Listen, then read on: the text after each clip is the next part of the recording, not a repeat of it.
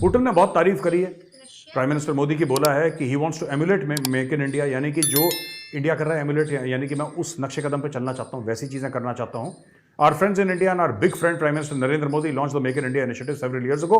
It has had a truly impressive effect on Indian economy, यानी कि मेरे मित्र प्रधानमंत्री मोदी और भारत में, यानी कि भारत और प्रधानमंत्री मोदी जो हमारे मित्र हैं, उन्होंने मेक इन इंडिया करा था, जिससे हमें बहुत फायदा हुआ, उनके मुल्क को बहुत फायदा हुआ, यानी कि भारत को। वो ऐसा कह रहा है कि भारत को बहुत ज़्यादा उससे फायदा हुआ, और हम लोग इसमें कोई नुकसान नहीं है कि अगर हम उनको देख के कुछ सीखें और उसको एम्यूलेट करें, यानी वैसे ही नक्शे कदम पे हम लोग चलें।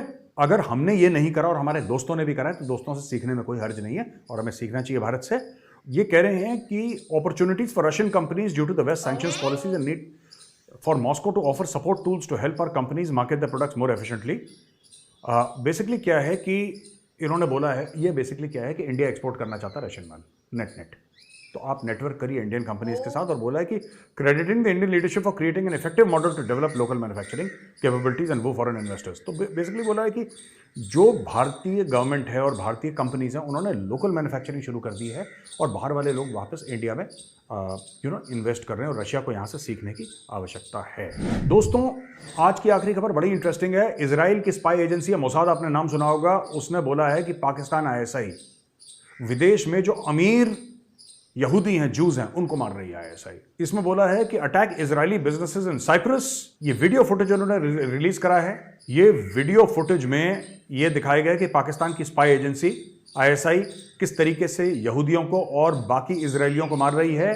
Pakistani nationals have been caught recently in several other such plots targeting Israelis. Pakistani nationals को पकड़ा गया है, ऐसा मोसाद का कहना है कि पाकिस्तानी उनको पकड़ा गया है, राइट।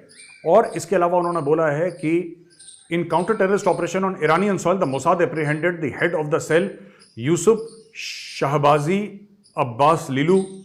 इसको पकड़ा गया ईरानियन सॉइल में, मतलब ईरान के अंदर जाके मोसाद करा है, हमने ऑपरेशन करा है ईरान के अंदर।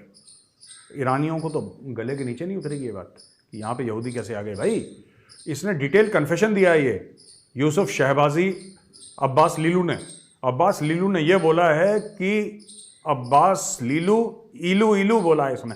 जाहिर सी बात है, जब मोसाद चाबी लगाएगा तो अब्बास लीलू इलू बोलेगा, उसने इलू बोला इनको। और भैया इलू बोलते वक्त इसने ये बोला है कि dismantling of the attack cell in Cyprus, किस तरीके से साइप्रस में जो अटैक सेल था उसको डिसमेंटल करा गया, यानी कि किस तरीके से मारा गया लोगों को, और भी काम करे गए, तो ये पकड़े गए बेसिकली ये लोग।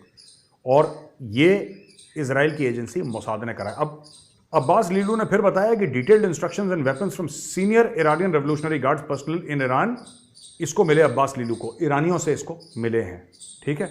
और ये ईरानियों ने बोला है किस तरीके से हम लोग ने, ईरानी बताते थे कि किस तरीके से आप लोग जाओ और आप लोग यहूदियों को मारो, और इसमें पाकिस्तान भी मुलव्वस था। तो पाकिस्तान ने ये काम भी शुरू कर दिया, किसी से पैसे मिले, हिटमैन का काम करा। ये देखो, ये जो पाकिस्तानी बोलते हैं ना कि हमारा दिल बड़ा धड़कता है फिलिस्तीनियों के लिए, ये बात मैं कई बार बोल चुका हूँ, आज दोबारा रिपीट करूंगा। जो पाकिस्तानी अक्सर कहते हैं ना हमारा दिल बड़ा धड़कता है यार फिलिस्तीनियों के लिए, फिलिस्तीन, ये कुछ नहीं है। कश्मीरियों के दिल धड़कता है, कुछ नहीं है। मैं आपको बताता हूँ, इनके दिलों में कूट के हिंदू नफरत और यहूदियों के खिलाफ नफरत भरी गई है। ये सिर्फ इनकी स्टेट पॉलिसी है, क्योंकि वो मुल्क नफरत की बिना पर बना था। पाकिस्तान की बात कर रहा हूँ, ठीक है। पाकिस्तानी तो गई नहीं कभी फिलिस्तीन, ये इधर माफ़ कीजिएगा इजराइल, ये तो पाकिस्तानी तो कभी, इनके पासपोर्ट में लिखा है कि इजराइल नहीं जा सकते। और जब आप कभी इजराइल गए नहीं, आप नफरत क्यों करते हैं? मैं आपको बताता हूँ इसके पीछे, मैं कहना नहीं चाहता, लोग बोलेंगे कम्युनल हो गया, इसके नीचे सीधे रिलीजियस कारण है, धार्मिक कारण है, जिसकी वजह से पाकिस्तानी जो हैं ये, और बाकी मुसलमान हेट नहीं करते। आप देखा अरब स्टेट्स में वो सब नॉर्मल हो गए, पहले जो भी लड़ाई झगड़ा था सब नॉर्मल हो गए। ये पाकिस्तान को खास खुजली है, खास खाज है इनकी, जो खुजाते रहते हैं ये यहूदियों को लेकर। अब ये यहूदियों पर अटैक करके इन्होंने यहूदियों को मारना शुरू कर दिया। यही पाकिस्तानी स्टेट का असली सच्चाई है। जो पैसे देगा उसके लिए लोग हिटमैन का काम करते हैं।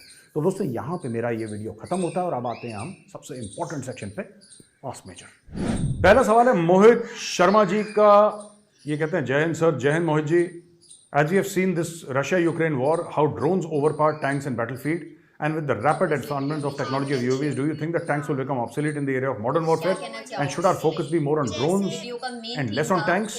IMF ने जो है वो कर्जा दिया। मैंने वीडियो स्टार्ट होने से पहले ही बोला था कि यहाँ पे न्यूज़ वगैरह में इतनी खुशियां मनाई जा रही हैं कि भाई मुबारक हो, तो हमें इतने डॉलर मिल गए। यार मैं मुझे भी बोल रही समझ हूँ नहीं आ रहा था कर्जा, कि क्यों, कैसे एक और मान क्यों। लो कि एक भिखारी है, कुछ मांग रहा है या कुछ चाहिए उसको मदद, और हम उसको कुछ दे देते तो उसको इतना खुश होने की क्या जरूरत है, क्योंकि नेक्स्ट डे तो उसको नहीं मिला ना, वो मिली ना वो और चीज, at the end of permanent नहीं है ना, वो टेम्परेरी है। एग्जैक्टली, और at the end of the day मुझे ये समझ नहीं आता कि अगर आप किसी से लोन ले रहे हो तो आपको वापस तो करना है वो। अब ऐसा तो नहीं है कि आपको बिल्कुल से किसी ने दे दिया है तो आप उस पर इतना क्या ही खुश हो सकते हो। यू कांट बी हैप्पी ना इन दिस केस। और दूसरी बात, ये बड़ी इम्पोर्टेंट बात थी कि जितने भी पैसे हमें मिले हैं, जितने भी डॉलर्स या जितने भी अरब मिले हैं, उसमें से कितने परसेंट ऐसे हैं जो यहाँ के इंफ्रास्ट्रक्चर और इकोनॉमी को स्टेबल करने के लिए यूज़ होंगे। नथिंग। हमेशा से हम लोग यही देखते आए हैं कि जितना भी जो है वो यहाँ पे रेवेन्यू जनरेट होता था पहले, और जितना कर्जा मिलता था या जितना भी कुछ होता था अच्छी चीज़, वो कभी भी यहाँ पे नहीं लगी। स्पेशली अगर मैं कराची की बात करूँ तो हम लोग कराची में रहते हैं। कराची पाकिस्तान का सबसे बड़ा शहर है, सबको पता है। और सबसे बड़ा शहर होने के साथ साथ इसकी इकोनॉमिकल वैल्यू बहुत ज़्यादा है, क्योंकि ये सबसे ज़्यादा जीडीपी जनरेट करके देता है पूरे मुल्क के लिए। यहाँ पे सबसे ज़्यादा बिजनेस होते हैं, सबसे ज़्यादा यहाँ पे इम्पोर्ट एंड एक्सपोर्ट होती है, सबसे ज़्यादा काम होता है, कारोबार होता है। तो यहाँ ये जो सिटी है वो सबसे ज़्यादा रेवेन्यू जनरेट करता है। लेकिन अगर हम इस इंफ्रास्ट्रक्चर की बात करें, ये यहाँ की सफाई सुथराई की, यहाँ की मैनेजमेंट की बात करें, तो और सिटीज़ से जो कि इस्लामाबाद या लाहौर है उनसे कम है इसका इंफ्रास्ट्रक्चर। यानी कि यहाँ पे जो जितनी तवज्जो यहाँ को मिलनी चाहिए इस जगह को, उतनी नहीं मिलती जितनी इसकी वैल्यू है। लोग दूर दूर से यहाँ पे आते हैं अपना बिजनेस सेट करने के लिए, जॉब्स अपॉर्चुनिटी के लिए, बट जितना पैसा यहाँ पे लगना चाहिए, जितनी फैसिलिटीज़ यहाँ पे होनी चाहिए, जितनी यहाँ पे फैसिलिटीज़ प्रोवाइड करनी चाहिए रहने वालों को, उतनी नहीं मिलती, और उससे ज़्यादा दूसरे सिटीज़ पर फोकस किया जाता है। यार अब ये सोचो ना कि लाहौर में, पंजाब साइड पे लाहौर है हमारा एक शहर, लाहौर में एक अरसे से मेट्रो चल रही है और पीपल बस सर्विस चल रही है, ग्रीन लाइन।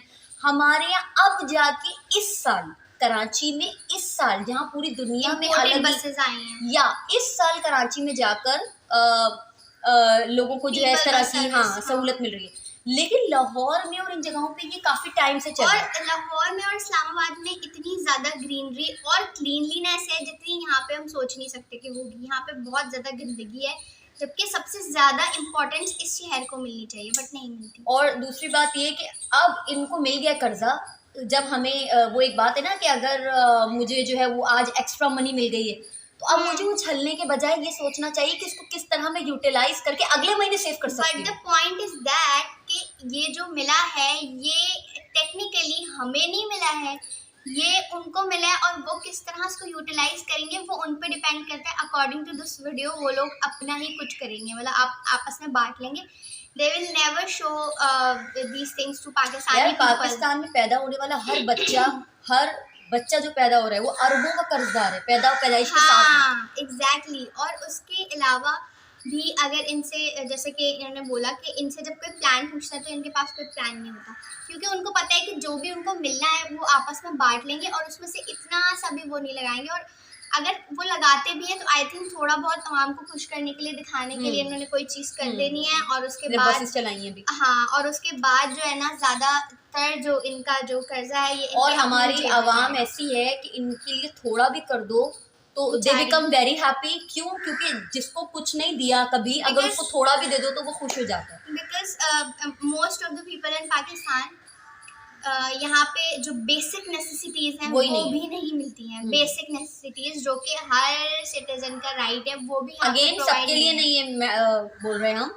ज्यादातर लोग जो कि मिडिल क्लास या लोअर मिडिल क्लास और अब तो और सिचुएशन खराब हो रही है, जैसे जैसे पेट्रोल के प्राइसेस और ये सब मिडिल हो रहे हैं, और जो लोग लोअर क्लास हैं उनकी तो बहुत ही ज्यादा। तो cut the long story short, मेरा नहीं ख्याल इस पर कोई खुशी मनाने वाली बात है या कुछ इस तरह की ये चीजें। I don't know why people are doing this. और मीडिया हमारा why they're showing happy faces and happy things और पॉजिटिविटी कि हम इतना कर देंगे, हम इतना बना लेंगे। अब इनको बिठाकर इनका स्ट्रैटेजिक प्लान पूछो, इनकी स्ट्रैटेजी पूछो, भाई ये मिला है, अब कहाँ जाएगा? अच्छा, जो उनको कर्ज दे रहा है ना, जो मुल्क, उनको भी चाहिए कि इनसे प्लान पूछें कि भाई क्यों ले रहे हो और इसका क्या करने वाले हो।